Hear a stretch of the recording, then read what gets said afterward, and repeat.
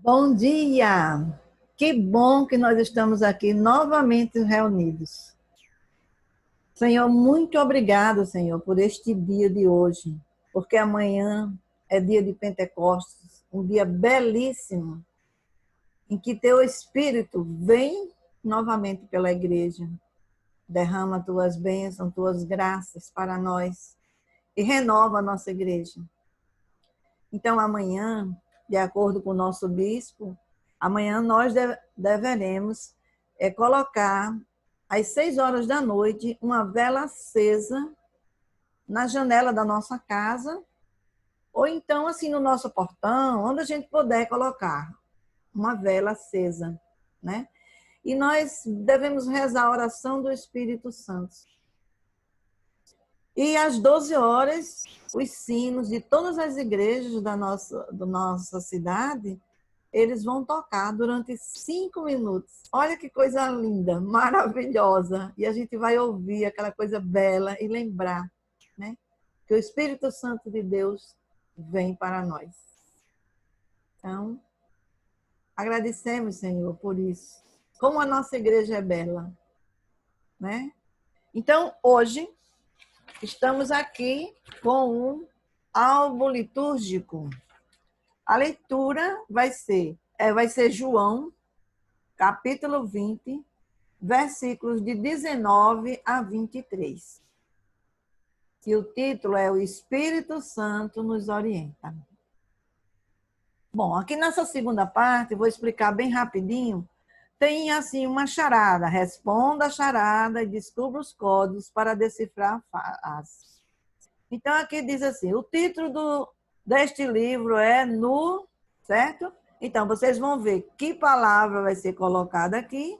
Embaixo tem uns símbolozinhos. Então, cada símbolo é uma letra. E vocês vão ver todas essas palavras. E na parte de cima, de acordo com os símbolozinhos e a letra, vocês vão preencher essa frase e fechar essa frase, ok? Então, vai dar um trabalhinho, mas vai ser bom. Viu? Então, o título do nosso estudo de hoje, ele vem bem assim, né? Ele é bem propício, porque é Atos dos Apóstolos, né?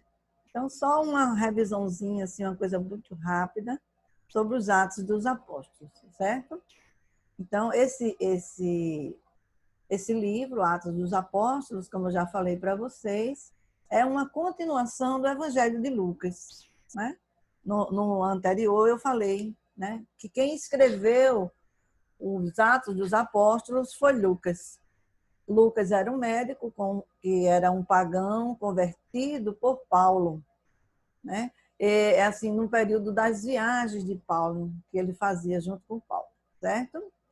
Então, também se questiona assim, porque esse livro, tanto o Ato dos Apóstolos como o Evangelho de Lucas, ele é dedicado a um certo Teófilo, né? E esse Teófilo, assim, se questiona às vezes se é uma pessoa ou se é uma comunidade, porque Teófilo, já falei para vocês antes, significa amigo de Deus. Então se pensa assim que esse livro teria sido dedicado a todas as pessoas que são amigas de Deus, né? Então o livro dos Apóstolos, ele fala o Ato dos Apóstolos, né? Ele fala assim do fervor inicial da igreja, como a igreja nasceu, né? Ele narra assim o caminho dos seguidores de Jesus, né? Que ficaram animados pela presença do Espírito Santo, porque a gente vê que o Espírito Santo vem para a igreja. Então nós podemos ver aqui, ó. Tá vendo aqui, ó? Na Bíblia, tem a Bíblia aqui, se vocês verem aqui em cima tem viver e caminhar no Espírito. Então, é o que fala o Ato dos Apóstolos, né? Então, o que une assim o Evangelho de Lucas e o Ato dos Apóstolos é a ressurreição de Jesus, né? Então, essa afirmação de que Jesus havia ressuscitado dava forças aos discípulos para eles caminhar. Então, ele chegava nos lugares e dizia, Jesus ressuscitou. Eu sou testemunha, né?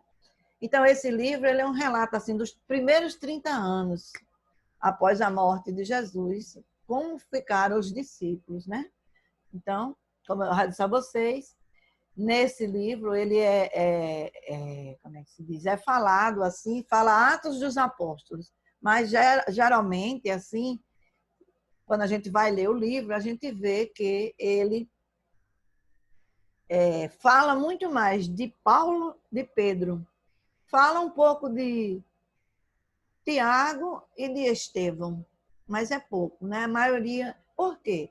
Porque como Lucas foi uma pessoa que foi convertida por Paulo, ele caminhava com Paulo, então ele estava perto de Paulo sempre, né? Os outros discípulos tinham ido para outros lugares, mas ele estava sempre perto de Paulo. Então, Paulo e Pedro, com quem ele viu, conviveu, né? Então, ele começou a escrever exatamente isso. Esses escritos, eles foram escritos assim, após, mais ou menos entre os anos 80 e 90, na época em que foi escrito os evangelhos também, né? Então, ele foi escrito para aquelas comunidades organizadas por Paulo, porque eram pessoas que não possuíam recursos financeiros, e eles iam se convertendo ao cristianismo aos poucos, mas eles precisavam de uma orientação. Então, Lucas escreveu este livro. Este livro, Atos dos Apóstolos, ele contém 28 capítulos, né? Se a gente olhar aqui, são 28 capítulos, tá? Então, o capítulo do 1 até o 12, mais ou menos, desse Atos dos Apóstolos, desse livro, né? Ele é voltado mais para Pedro, ele fala sobre Pedro. E do capítulo 13 até o 28, ele é voltado para Paulo, certo? Então, no início, né, no capítulo 1, quando a gente olha, a gente vê logo aqui, né? A gente vê logo aqui no capítulo, início da caminhada. Então, logo nesse primeiro capítulo, a gente vê a ascensão do Senhor, né? Então, Pedro fala na ascensão, Lucas fala na ascensão do Senhor. Depois a gente vê que Pedro junta 120 pessoas, né, para escolher um, um discípulo, um apóstolo que fosse substituir o Judas, né? Então, porque eles só ficaram com 12. Então, foi colocado entre eles Barsabás e Matias. E Matias foi escolhido. Então, eles escolheram uma pessoa para substituir o apóstolo Judas, para ficar os 12. Aí, no segundo capítulo, a gente vê a igreja que nasce por ação do Espírito Santo. Então, aqui a gente já vai ver o momento de Pentecostes, né? Então, é o momento da descida do Espírito Santo sobre os apóstolos, né? Então, Pedro, nesse dia, ele, sobre a ação do Espírito Santo, ele faz um discurso muito belo, que nós chamamos na igreja de querigma, né? Querigma é uma palavra grega que era usada para indicar a primeira pregação da igreja, que é o anúncio de Jesus Cristo, para anunciar Jesus Cristo. Então, depois a gente vê que esse anúncio gera uma vida nova, né? A partir daí, quando ele dá esse anúncio, faz esse discurso maravilhoso, a gente vê que a comunidade, né, ela começa a perseverar em ouvir os ensinamentos dos apóstolos, né? Então, elas perseveram assim na comunhão, na partilha do pão, nas orações, né? Eles começam a entender bem o que é que Jesus queria, aí eles começam a vender suas propriedades, os seus bens, repartir entre todos, para que não houvesse necessitados entre eles, né? Então, eles ficam fortes, porque como eles eram pobres, tudo, de repente, começa isso, eles vão se fortalecendo entre eles. Mas essa nova vida gera muito conflito, né? As pessoas vão olhando e algumas pessoas não vão gostando do que está vendo. Então, aí Pedro cura um paralítico, né? E ele vai assim, aí muita gente se volta para Pedro, né? E fica tudo espantada, assim. O que foi que aconteceu? Porque você, né? Porque vê Pedro curar um paralítico, né? E aí Pedro olha para eles e diz a eles: vocês entregaram, rejeitaram e mataram o príncipe da vida, que era Jesus, né? Então, mas que Deus ressuscitou ele dos mortos e que eles são testemunha disso, né? Então, Ele disse, o que aconteceu naquele milagre foi pela fé no nome de Jesus, que esse homem foi curado, né? Mas também ele fala, eu sei que vocês fizeram isso por ignorância, porque vocês não entendiam as coisas, eram ignorantes. Mas se vocês se arrependerem, se converterem, seus pecados serão perdoados. Porque Jesus tinha dado o poder aos discípulos, né? Quando ele, na ascensão, né? Antes dele ir, ele deu o poder aos discípulos de perdoar os pecados. Então, aí a gente vai ver aqui no capítulo 4, né? Que tem assim uma reação contra Pedro. À medida que Pedro vai fazendo as coisas, muitos sinais vão acontecendo, e aí vem uma reação contra Pedro, né? Então, os chefes dos doutores da lei, né? Eles vão à reunião dos apóstolos, fica ali no meio deles assim para escutar, né? Para ver o que é que eles estavam dizendo. Aí lá no meio eles dizem, com que poder ou em nome de quem vocês fizeram isso? Fizeram essas coisas, né? E Pedro diz, em nome de Jesus, o Nazareno, aqueles que vocês crucificaram, mas que ele ressuscitou dos mortos, né? Então, que o nome dele, é no nome dele que todas as pessoas são curadas. Que Jesus foi a pedra rejeitada, né? E que não existe nem outra salvação debaixo do céu, nem outro nome dado pelos homens, pelo qual a pessoa possa ser salva. A gente só se salva por Jesus Cristo, não se salva pelo nome de ninguém. Então, a gente tem que ter cuidado nisso, né? Com os falsos profetas. Prestar atenção. Muita gente aí fala em nome de Jesus, mas são falsos profetas, e a gente tem que ter cuidado, né? Somente no nome de Jesus é que a gente pode ser salvo, né? Então, aqueles homens ficaram muito preocupados, né? Eles ficavam preocupados e via assim que Pedro falava com franqueza, que Pedro falava assim com autoridade, né? E eles disseram, meu Deus, de onde vem essa sabedoria? Do mesmo jeito como eles viram com Jesus, né? Quando Jesus chegou na sinagoga, eles, onde vem essa sabedoria desses homens? Eles são simples, ele é um pescador, não estudou, né? Com certeza mesmo, ele realmente deve ter convivido com Jesus, né? Então, eles ficavam... Aí ameaçaram eles, mandaram prender Pedro, né? E disseram que ele não falasse no nome de Jesus. Então, Pedro é preso, mas à noite um anjo vem e abre as portas e Pedro sai. E ele fica tão assustado, né, com aquilo, mas ele disse, meu Deus, meu Senhor mandou alguém me salvar, né? Ele entende que foi por Jesus. Então, aí, quando ele chega nos apóstolos, aí ele começa de novo a pregar, novamente, né? Então, cada dia aumentava, pelas cidades vizinhas, por todos os lugares, aumentava, assim, né, aquele amor por Jesus, seguir aquele caminho, né? O nome de Jesus estava sendo propagado e as pessoas estavam acreditando, estavam fazendo tudo de acordo com os apóstolos diziam, vivendo uma vida nova.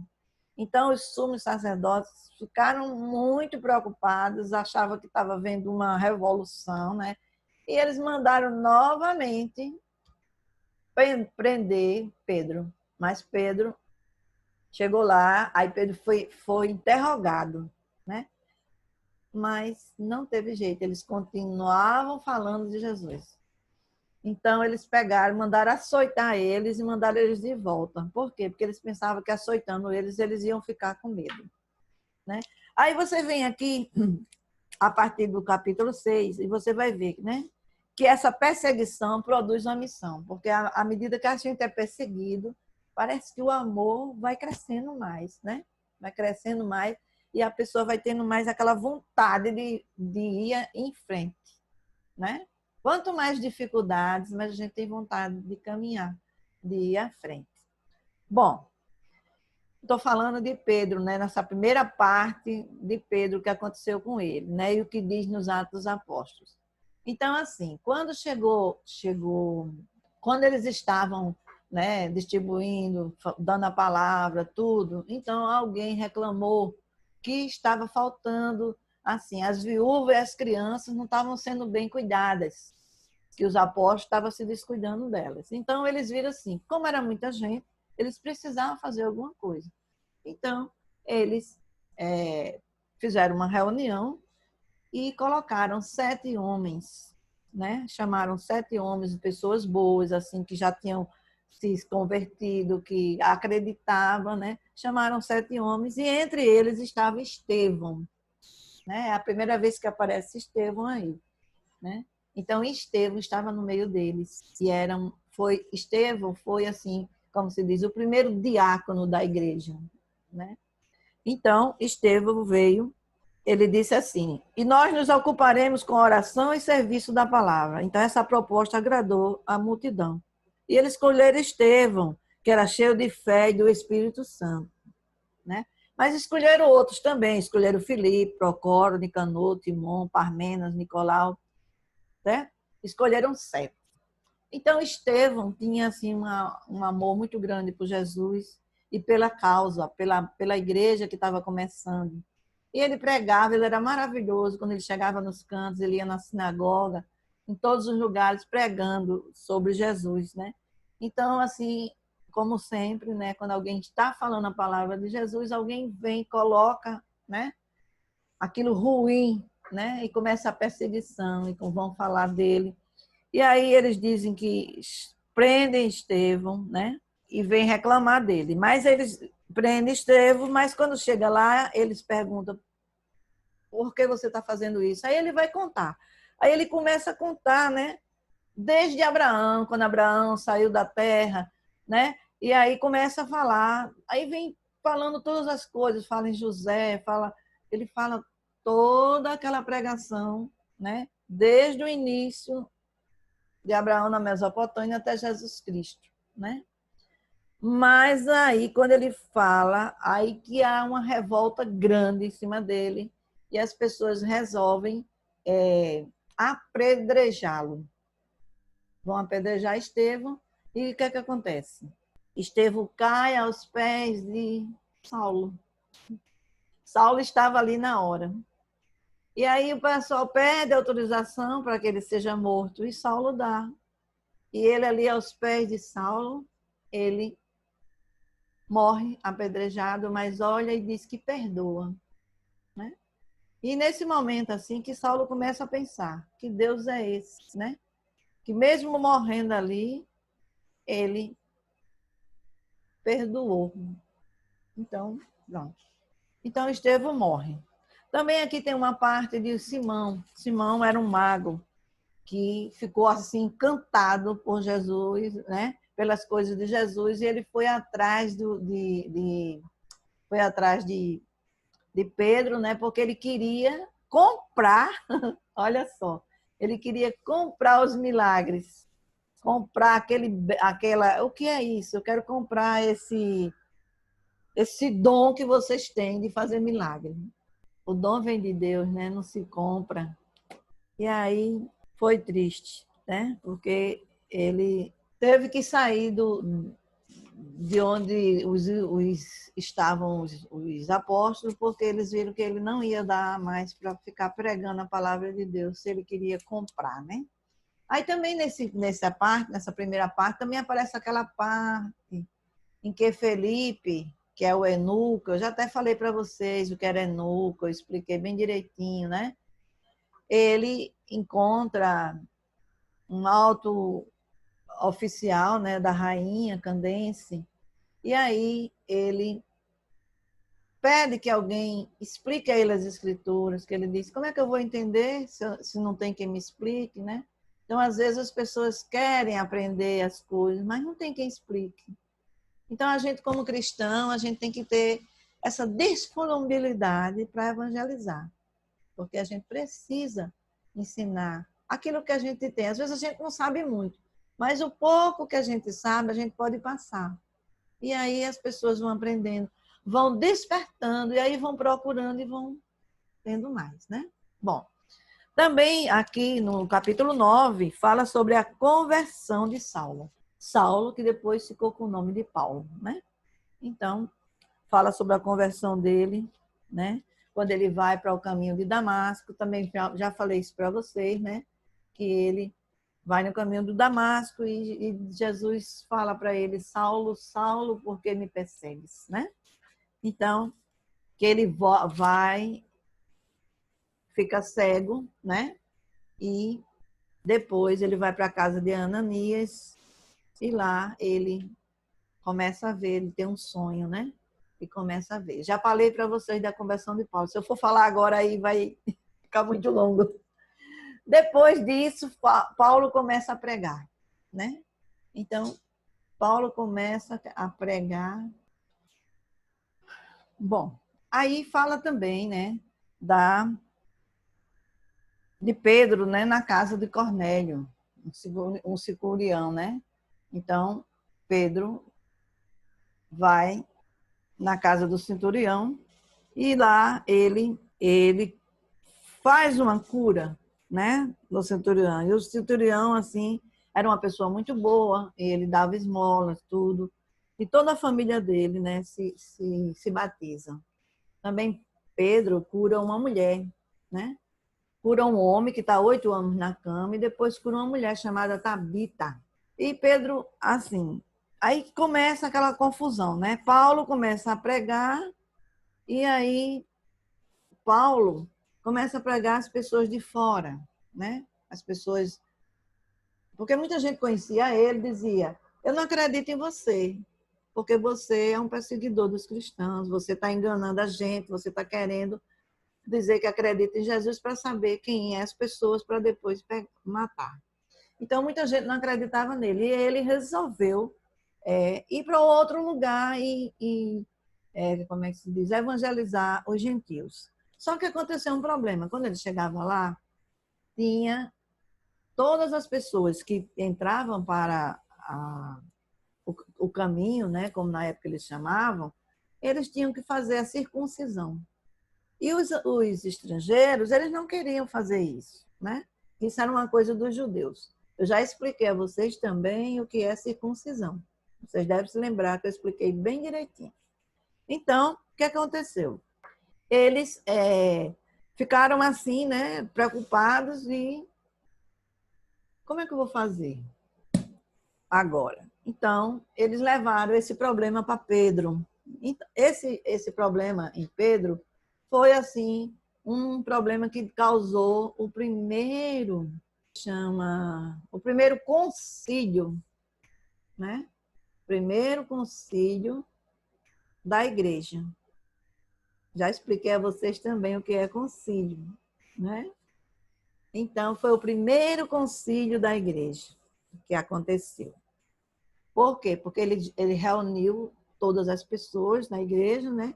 E ele teve um sonho à noite, Pedro teve um sonho à noite, né? Em que se colocava assim uma toalha e colocava todos os animais, né? E aí alguém dizia a Pedro, pega e come. Ele ficava com medo, dizia, eu não vou comer isso não, porque isso é impuro. E aquela voz dizia que todas as coisas que Deus fez, né?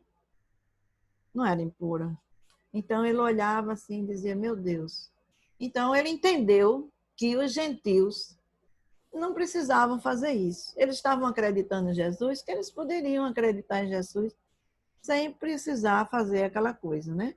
Então, eles foram e resolveu, né? Ele resolveu, como é que se diz? Resolveu aprovar a não circuncisão e a questão da comida, né? Essas coisas que eles tinham antes, né? Então, foi o primeiro concílio. Após, né, isso aí vem, né, Pedro autoriza o batismo dos gentios, né? E a igreja confirma, toda a igreja confirma aquilo que Pedro resolveu, né, fazer. Então, toda a igreja confirmando, então fica uma ação feita pela igreja. Então, essa igreja, ela se espalha, né? Paulo vai para Antioquia com Barnabé, né? E lá, eles ficam lá, o pessoal da Antioquia é um pessoal muito bom, né? E eles têm um ano, assim, maravilhoso. Eles, durante um ano, né? Eles ficam lá. Então, lá em Antioquia, pela primeira vez, as pessoas foram chamadas, as pessoas que seguiam, as pessoas do caminho, foram chamadas de cristãos. Foi em Antioquia, né? Começaram a ser chamados de cristãos, aqueles que seguem Cristo, né? Pronto. Então, depois desse tempo, o rei Herodes mandou. O rei Herodes ainda continuava, né, perseguindo, e estava também perseguindo Saulo. E, nesse tempo, o rei Herodes mandou matar Tiago, o apóstolo Tiago. Mandou matar e achou que era muito bom, né? E ficou feliz. E também mandou prender Pedro. Ele mandou prender Pedro, mas durante a noite um anjo apareceu e mandou Pedro sair da prisão. Então, assim, com a pregação de Paulo, né? A pregação de Paulo, a igreja começa a se expandir, né? Então, o Paulo era um homem muito apaixonado por Deus, né? Era apaixonado por Jesus Cristo e pelo, assim, ele tinha um grande amor, um desejo, assim, de viver aquela vida, né? Com os irmãos, aquela vida que Jesus queria. Então, ele se encontrava com a comunidade, ele tinha um amor pela comunidade, né? E ele dizia para as pessoas, né? Ele dizia assim: vocês devem ter os mesmos sentimentos de Jesus Cristo. Então ele queria que a comunidade imitasse profundamente Jesus Cristo, né? Era aquele amor grande que ele tinha, porque como ele foi um perseguidor muito grande, quando ele se converteu, a conversão dele foi uma coisa belíssima. Ele ficou muito encantado com Jesus Cristo, né? Então, e ele, né? Ele tem tá em Gálatas 2:20, né? Ele fala assim, que já não sou eu que vivo, mas é Cristo que vive em mim. Olha que coisa mais linda. Já não sou eu que vivo, mas é Cristo que vive em mim. Meu Deus, como a gente deve viver com Jesus 24 horas por dia. Fazer aquelas coisas que Jesus pede a gente. Nossa, nós somos tão inconstantes. Qualquer coisa a gente se zanga, a gente quer ser o melhor, a gente não quer que ninguém faça isso, ninguém faz bem feito, só eu que faço. Então, é muita coisa que a gente tem, né? Que a gente precisa tirar. Para quê? Para a gente viver em unidade, viver em harmonia, viver em amor. E Paulo tinha esse desejo, né? Que todos vivessem essa imitação profunda de Jesus Cristo, né? Então, ele reconhecia que ele era um pecador, né? Ele reconhecia, ele dizia. É tanto que aqui no livro, quando ele começa a falar sobre dele, ele fala tudo o que ele fez de errado, né? Mas ele como chama, ama Jesus Cristo, né? E quer viver, quer imitar, quer imitar Jesus Cristo. Então, essa frase de Paulo, já não sou eu que vivo, mas é Cristo que vive em mim, ela é maravilhosa, né? Então, Paulo, ele efetuou assim 4 viagens, certo? A primeira viagem dele está aqui no capítulo 13, versículo de 1 a 14. Como eu disse a vocês, né? Que é quando começa, que tem o envio missionário, a pregação missionária de Paulo, né? Então, a primeira viagem dele está aqui. Se vocês olharem a Bíblia, pode pegar a Bíblia, eu estou com a minha aqui, né? Então, vocês vão ver aqui, no capítulo 13. Aí vai. Aí, na segunda viagem, ela está aqui, ó, no capítulo 15, né? Quando eu falei para vocês no concílio de Jerusalém, né? Aqui está falando aqui fala sobre isso aqui. Que ele foi atrás de Pedro, né, para saber como é que ele ia fazer, já que ele estava pregando, ele tinha que ter uma coisa, e ele fazia tudo em unidade, ele queria fazer em unidade com a igreja. Mesmo que ele tinha algumas ideias, que às vezes assim algumas ideias dele não batia com Pedro, eles discutiam aquelas ideias, mas chegavam a um acordo, chegavam a uma coisa comum.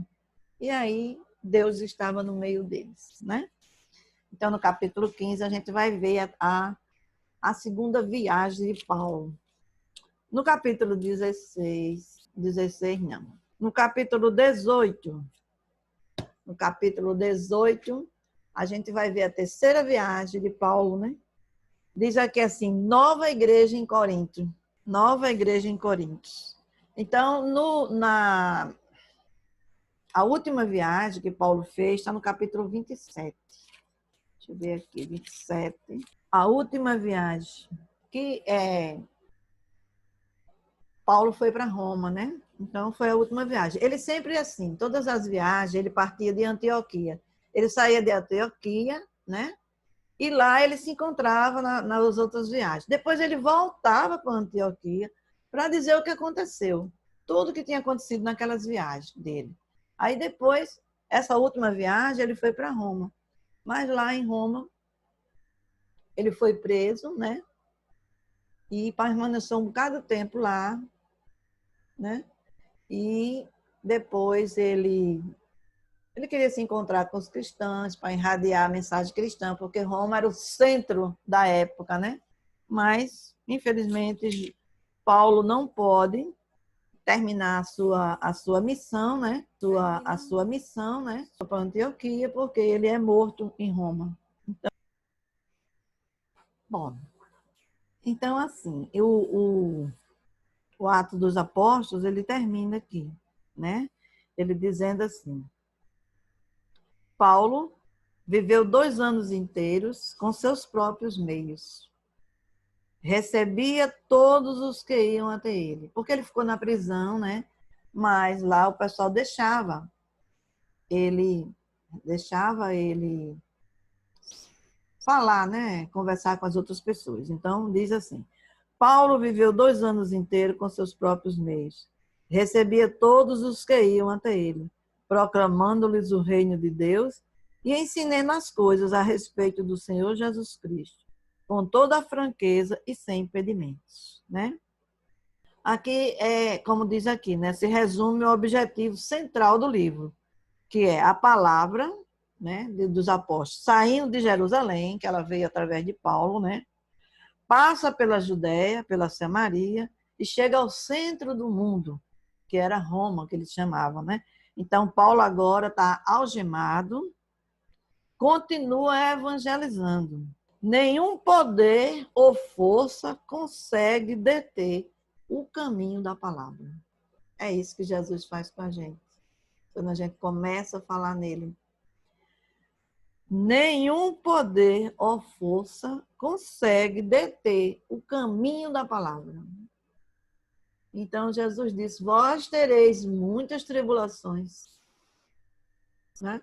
Muitas coisas vão acontecer. Quando a gente começa a falar na palavra de Deus, nossa, como vem gente para botar defeito, para dizer: você não fez assim, você não fez assado, você não disse isso, você não sei o quê. Blá, blá, blá. Mas a gente precisa saber qual a intenção da mensagem naquele momento, né? Então, às vezes, no caso, eu estou aqui fazendo um pequeno relato, né? Porque é tanta coisa para falar, meu Deus, que o céu, né? Mas é um pequeno relato. E espero que chegue até vocês, né? Certo? Então, vamos fazer o dia de Pentecostes. Acender a velinha lá no portão, na janela. Eu vou botar um negocinho assim, né? Para a vela não se apagar, porque se a gente botar em cima do muro, a vela pode se apagar. Então a gente tem que botar uma proteção. Mas 6 horas da noite, todo mundo, para ficar lindo o bairro, todo iluminado pelas velas dos cristãos, mostrando que o Espírito Santo desceu naquela casa e foi aceito. Tá bom? Um beijo. Deus abençoe a todos.